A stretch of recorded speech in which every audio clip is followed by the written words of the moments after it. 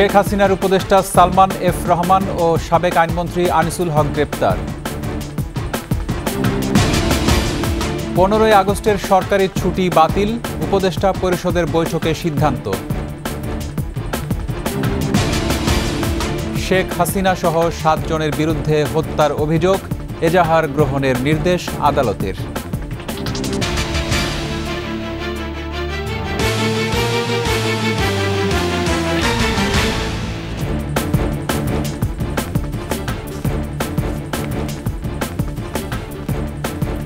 শুনছিলেন first security ইসলামী bank PLC সংবাদ শিরোনাম।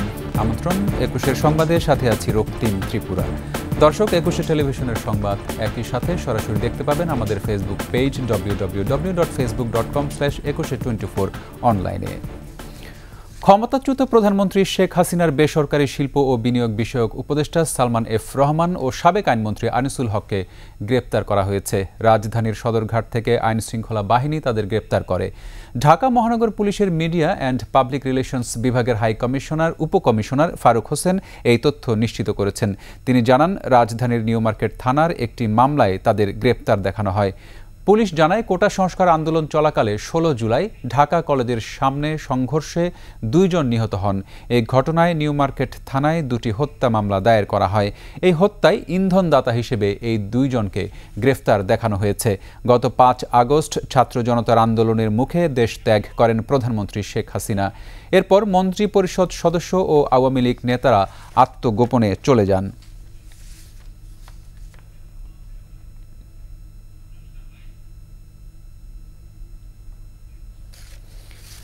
ডিএমপি সদর দপ্তরে আছেন সহকর্মী শিউলি শবনম। এ বিষয়ে তার কাছ থেকে বিস্তারিত জানব। শবনম, গ্রেপ্তারের বিষয়ে আর কি তথ্য রয়েছে আপনার কাছে? ধন্যবাদ রক্তিম।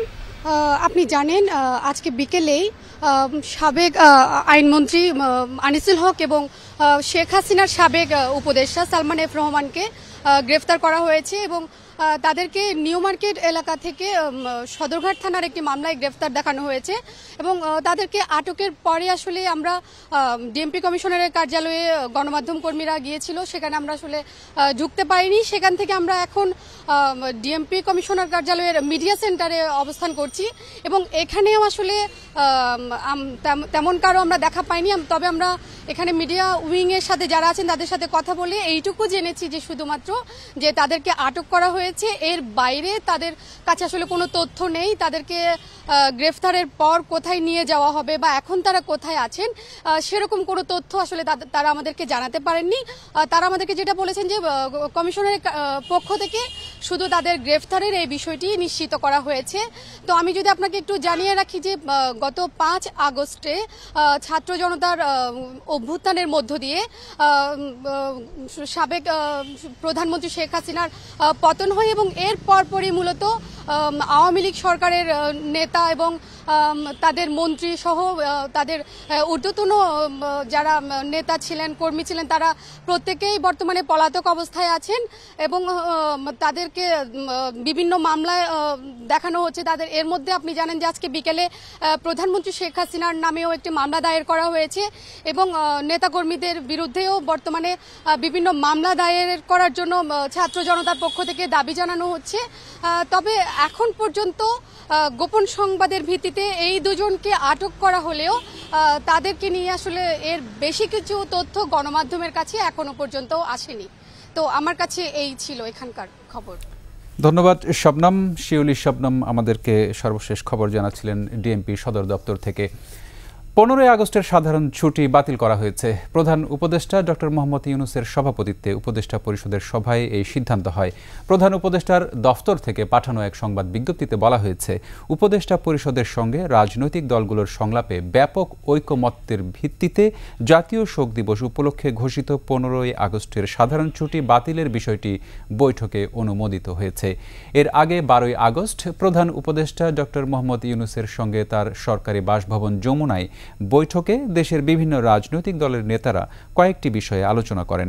এ সময় 15 আগস্ট জাতীয় শোক দিবস ও সরকারের ছুটি বাতিলের পরামর্শ দিয়েছিল বিএনপি সহ বিভিন্ন রাজনৈতিক দল। একই দিনে বৈষম্য বিরোধী ছাত্র আন্দোলন, ছাত্রদল, ছাত্র শিবির সহ 35টি ছাত্র সংগঠন এক মতবিনিময় সভায় 15 আগস্টকে জাতীয় শোক দিবস হিসেবে পালন না করার বিষয়ে সর্বসম্মতভাবে সিদ্ধান্ত গ্রহণ করে।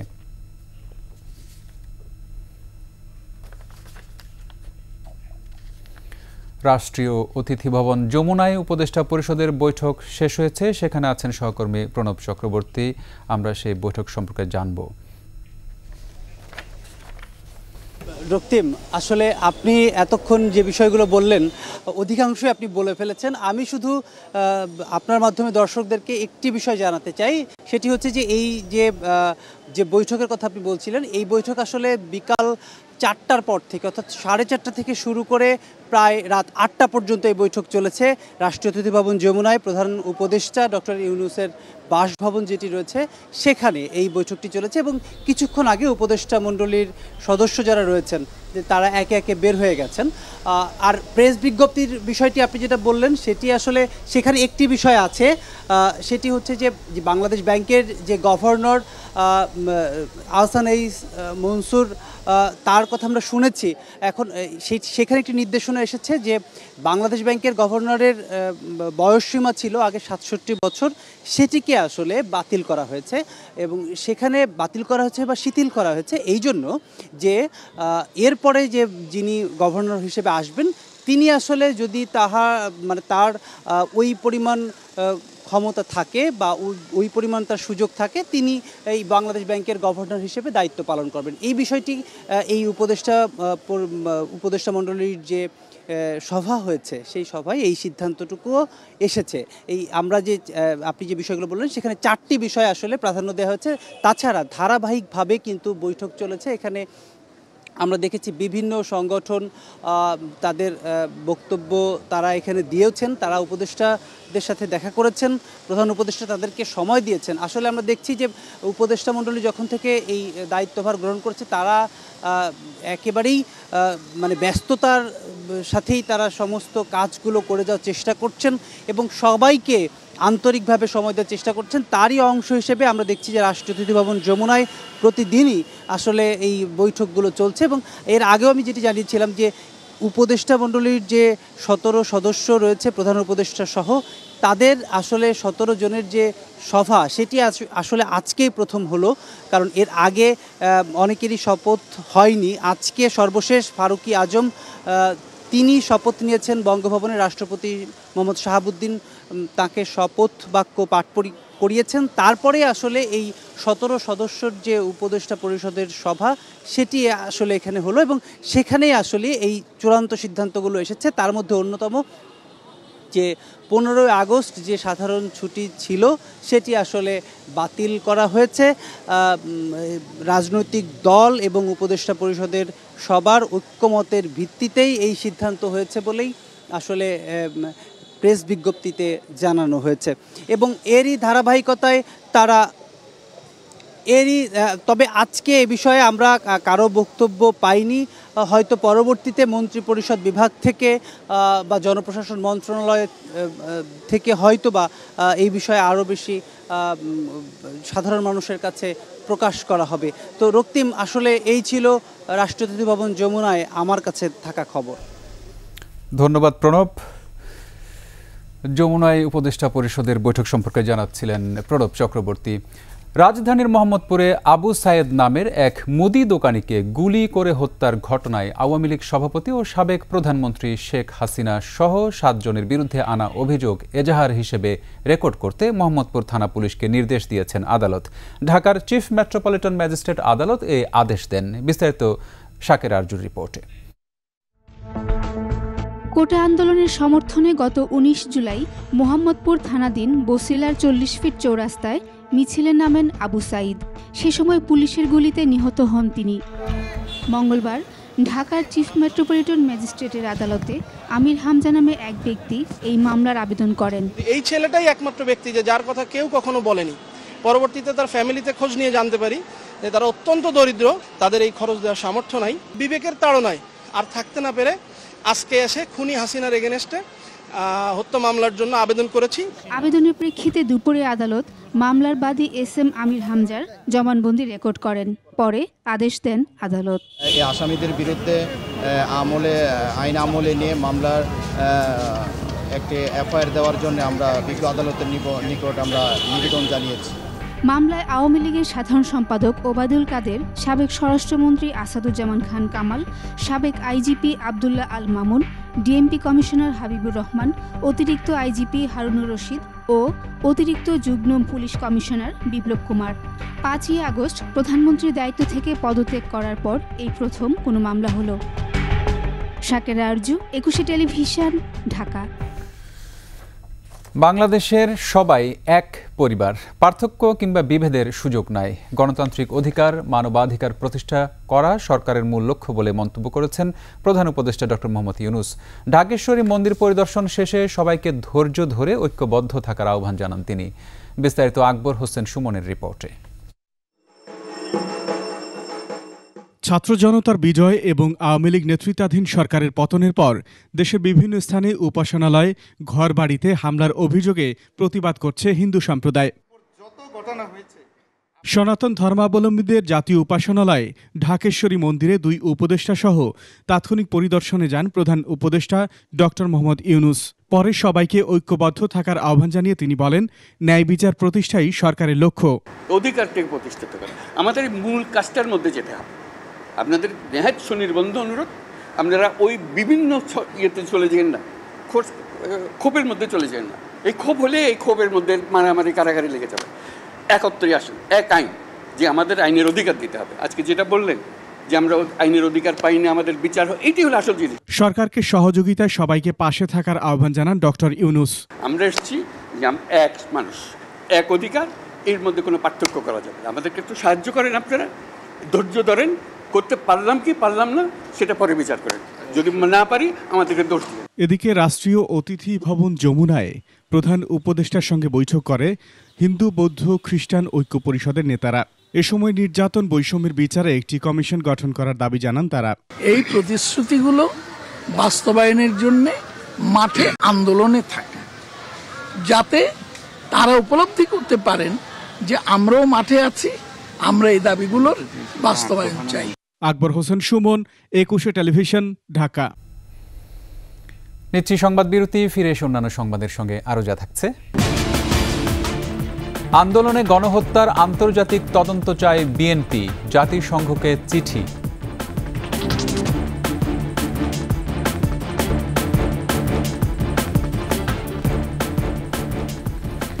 আবার আমন্ত্রণ রাতের 21 সংবাদে।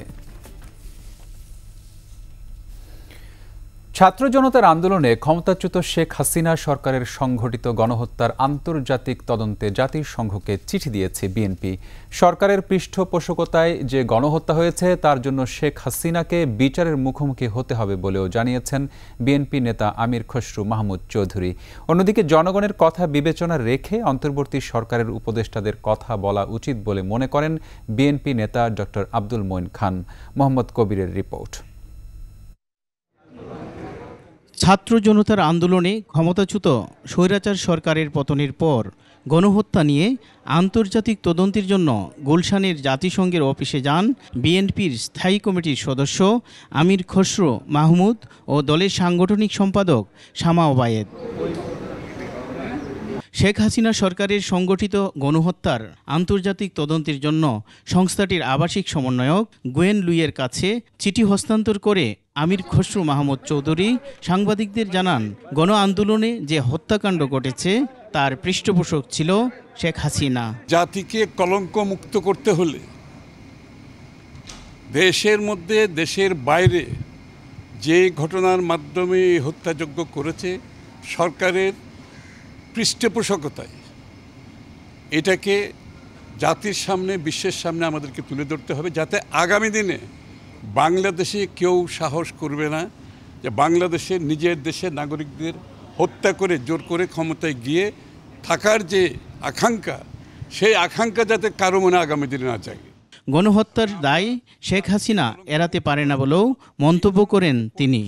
ফিরে আসা না আসা তো তাদের নিজস্ব সিদ্ধান্ত, কিন্তু গণহত্যার বিচারের সম্মুখীন হবে এটা নিয়ে কারো মনে কোনো সন্দেহ থাকার ব্যক্তি দল এটা তাদের যে এই বিচারের সম্মুখীন হতে হবে এই ব্যাপারে কারো মনে কোনো সন্দেহ নাই। অন্যদিকে ঢাকা মেডিকেল কলেজ হাসপাতালে আন্দোলনে আহত নেতাকর্মীদের দেখে আসার পর অন্তর্বর্তী সরকারের স্বরাষ্ট্র উপদেষ্টার রাজনৈতিক বক্তব্যের সমালোচনা করেন বিএনপির নেতা ডক্টর আব্দুল মুঈন খান। পরবর্তীকালীন সরকার গঠিত হয়েছে, তাদেরকে দায়িত্ব দিয়েছে ছাত্র জনতা, তাদের ম্যান্ডেট কিন্তু ছাত্র জনতা, তারা কিন্তু ভোটে আসেনি। কাজেই তারা যে ম্যান্ডেট পেয়েছে এটা এমন একটি পরিস্থিতিতে হয়েছে সেটা আপনারা বুঝতে পারছেন, এবং সেই পরিস্থিতিতে তারা দায়িত্ব নিয়েছে। আমরা আশা করি তারা তাদের দায়িত্ব সঠিকভাবে পালন করবে। জাগ্রত জনতা এই দেশে আর কোনো ষড়যন্ত্র হতে দেবে না বলেও জানান বিএনপির এই নেতা। তার কাছে কোনো ষড়যন্ত্র টিকবে না। মোহাম্মদ কবির, 21 টেলিভিশন, ঢাকা। শহীদ প্রেসিডেন্ট জিয়াউর রহমান ও সাবেক প্রধানমন্ত্রী খালেদা জিয়ার ছোট ছেলে মরহুম আরাফাত রহমান কোকোর জন্মদিন উপলক্ষে নয়াপল্টনে বিএনপির কেন্দ্রীয় কার্যালয়ে দোয়া মাহফিল হয়েছে। এতে অতিথি ছিলেন বিএনপির স্থায়ী কমিটির সদস্য মির্জা আব্বাস। তিনি বলেন, আরাফাত রহমান কোকো ছিলেন বিশিষ্ট ক্রীড়া সংগঠক। তার সাংগঠনিক দক্ষতা দেশের ক্রীড়াঙ্গনে আমূল পরিবর্তন আনে। 2015 সালের 24 জানুয়ারি মালয়েশিয়ায় হৃদরোগে আক্রান্ত হন আরাফাত রহমান কোকো। ওই দিন বাংলাদেশ সময় দুপুর 12:30টার দিকে মালয়েশিয়ার ন্যাশনাল হাসপাতালে নেয়ার পথে ইন্তেকাল করেন তিনি। শেখ হাসিনার ক্ষমতাচ্যুতিতে যুক্তরাষ্ট্র জড়িত নয় বলে জানিয়েছে হোয়াইট হাউস। সোমবার প্রেস ব্রিফিংয়ে সাংবাদিকদের প্রশ্নের উত্তরে হোয়াইট হাউসের প্রেস সেক্রেটারি কারিন জ-পিয়েরে জানান, শেখ হাসিনাকে ক্ষমতা থেকে সরানোর পেছনে যুক্তরাষ্ট্রের ভূমিকা রয়েছে এমন অভিযোগ মিথ্যা। সেন্ট মার্টিন দ্বীপ ওয়াশিংটনের হাতে তুলে না দেওয়ার কারণে শেখ হাসিনার এমন পরিণতি হয়েছে, এই অভিযোগও অস্বীকার করেন তিনি। বলেন, বাংলাদেশের সরকারের ভবিষ্যৎ দেশের মানুষই নির্ধারণ করেন।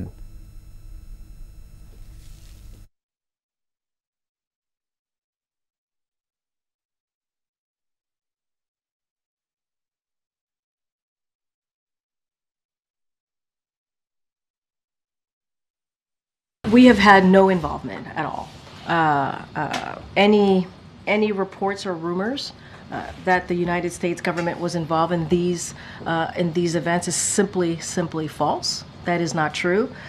This is a choice for and by the Bangladeshi people. We believe that the Bangladeshi people should determine the future of the Bangladeshi government, and that's where we stand. Any allegations, certainly we will continue to say, and I have said here, is simply untrue. নিচ্ছে আরেকটা সংবাদ বিরতি, ফিরে এসে অন্যান্য সংবাদের সঙ্গে আরো যা থাকছে। কলকাতায় নারী চিকিৎসককে ধর্ষণের পর হত্যা, ভারত জুড়ে বিক্ষোভ।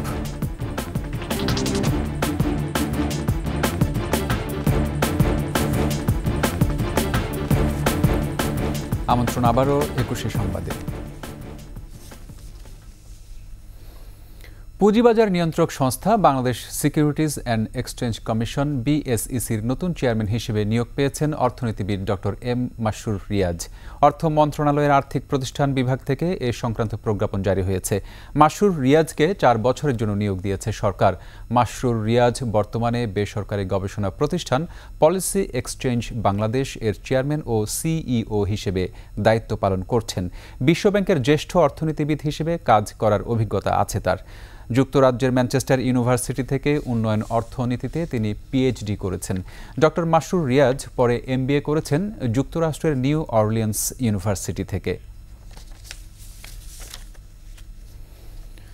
এবার আন্তর্জাতিক সংবাদ।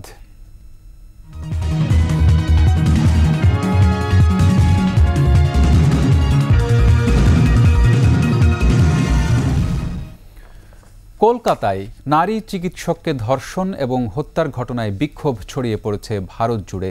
দেশব্যাপী কর্মবিরতির ঘোষণা দিয়ে কেন্দ্রীয় স্বাস্থ্যমন্ত্রী জেপি নাড্ডাকে চিঠি পাঠিয়েছেন চিকিৎসকদের সংগঠন the federation of resident doctors association. এই অবস্থায় হাসপাতালগুলোতে শুধু সীমিত আকারে জরুরি সেবা দেয়া হচ্ছে। এতে স্থবির হয়ে পড়েছে ভারতের চিকিৎসা ব্যবস্থা। এদিকে বিক্ষোভের মুখে চিকিৎসক ধর্ষণ এবং খুনের ঘটনায় সিবিআই তদন্তের নির্দেশ দিয়েছে কলকাতা হাইকোর্ট। পুলিশের ভূমিকায় অসন্তুষ্টি প্রকাশ করেছে আদালত। তবে আদালতের নির্দেশকে স্বাগত জানালেও সব দাবি না মানা পর্যন্ত বিক্ষোভ চালিয়ে যাওয়ার কথা জানিয়েছেন আন্দোলনরতরা। বিচার বিভাগীয় ম্যাজিস্ট্রেটের নেতৃত্বে তদন্তের পাশাপাশি হাসপাতালের সিসি ক্যামেরার ফুটেজ এবং নিহত চিকিৎসকের ময়নাতদন্তের রিপোর্ট প্রকাশ্যে আনার দাবি চিকিৎসকদের। খেলার সংবাদ।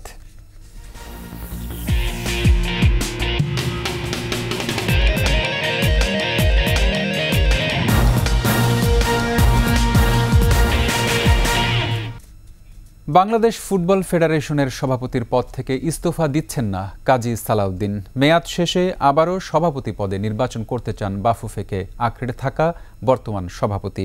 শেখ হাসিনার পতনের পর পদত্যাগের হিড়িক পড়েছে বিভিন্ন সরকারি ও বেসরকারি দপ্তরে। একই হাওয়া লেগেছে ক্রীড়াঙ্গনেও। সেই ধারাবাহিকতায় 2008 সাল থেকে বাংলাদেশ ফুটবল ফেডারেশনের চেয়ারে বসা কাজী সালাউদ্দিনের পদত্যাগের দাবি উঠেছে।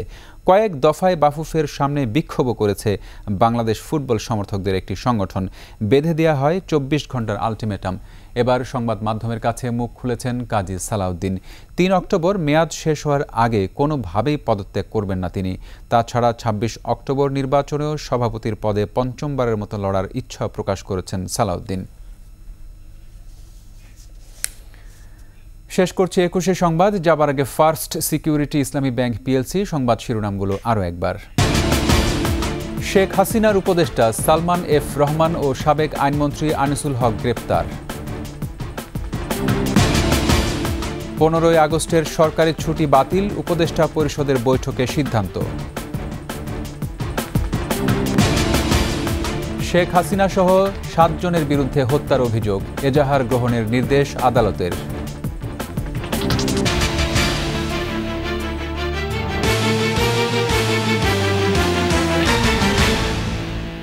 সর্বশেষ সংবাদ জানতে ডায়াল করুন 2021 নম্বরে আর ভিজিট করুন 21-tv.com ওয়েবসাইটে। এছাড়া ফেসবুকে ভিজিট করতে পারেন www.facebook.com/2124 অনলাইনে। এতক্ষণ সঙ্গে থাকার জন্য ধন্যবাদ। পরবর্তী সংবাদ 10টা 55 মিনিটে দেখার আমন্ত্রণ রইল।